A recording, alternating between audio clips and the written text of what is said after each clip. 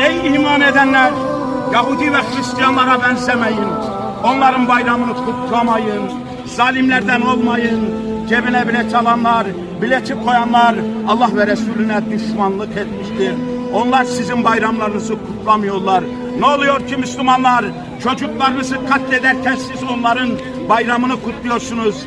Evet, Müslümanlar sustunuz, sessiz kaldınız Müslümanlar. Yeni bir trend çıkarmışlar. Namazlarınızla dalga geçiyorlar sosyal medyada. Sessiz kaldınız, sessizsiz Müslümanlar. Sessizlik ölümdür, sessizlik zulümdür, sessizlik dilsiz şeytan olmaktır. Biz uyarıyoruz, sen şahit ol ya Rab. Biz uyarıyoruz, sen şahit ol ya Rab. Sessiz kaldınız, dünyaya taptınız, paraya taptınız. Ne oldu size? Bunu hiçbirini sizden götürmeyeceksiniz. Dininize alay ederken sessiz kaldınız.